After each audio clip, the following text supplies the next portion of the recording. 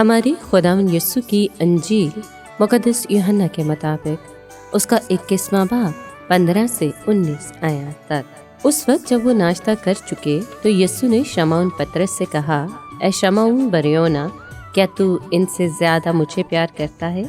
اس نے اس سے کہا کہ ہاں اے خداوند، تو جانتا ہی ہے کہ میں تجھے پیار کرتا ہوں۔ اس نے اس سے کہا کہ تو میرے برے چرا۔ اس نے دوبارہ اس سے کہا کہ اے شمعون بریونا، کیا تو مجھے پیار کرتا ہے؟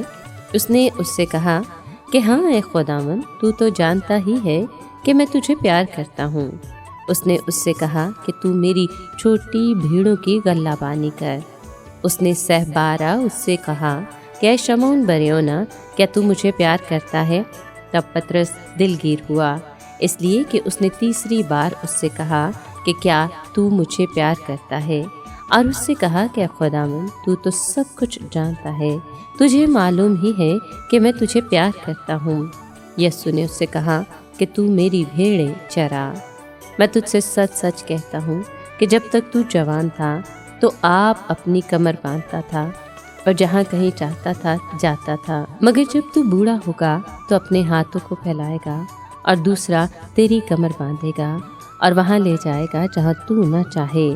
اس نے ان باتوں سے اشارہ کیا کہ وہ کس طرح کی موت سے خدا کا جلال ظاہر کرے گا، اور یہ کہہ کر اس سے کہا کہ میرے پیچھے ہو لے۔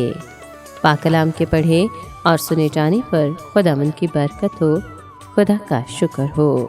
عزیز دوستو، آج کے کلام میں ہم سنتے ہیں کہ خداوند نے پہلے شاگردوں کی جسمانی ضروریات کا بندوبست کیا، اور جب وہ کھا پی چکے تو وہ پطرس سے مخاطب ہوا اور روحانی معاملات نپٹائے۔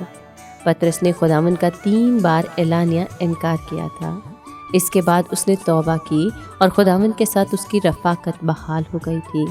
ان آیات میں خداوند اس کی بحالی کا اعلانیہ تسلیم کرتا ہے۔ جس طرح پطرس نے 3 بار خداوند کا انکار کیا تھا، اسی طرح اس کو اقرار کرنے کے لیے بھی 3 موقع دیے گئے۔ اس دفعہ پطرس نے اس حقیقت کے سامنے فریاد کی کہ یسوع خدا ہے اور اس لیے سب کچھ جانتا ہے۔ اس نے تیسری دفعہ کہا، تجھے معلوم ہی ہے کہ میں تجھ سے پیار کرتا ہوں، تجھے عزیز جانتا ہوں۔ اور اب آخری مرتبہ اس سے کہا گیا کہ تو اس محبت کا ثبوت مسیح کی بھیڑیں چرا کر دے سکتا ہے۔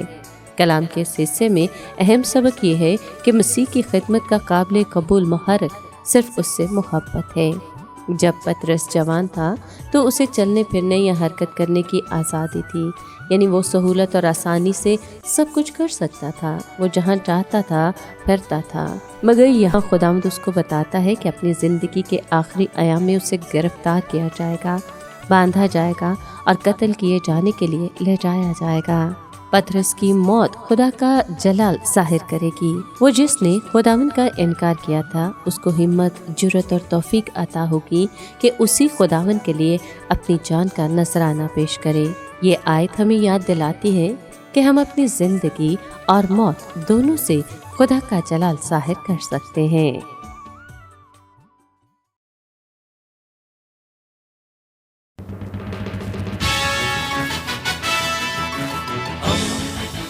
دوستی کا پیمبر، ریڈیو ویریتاس ایشیا۔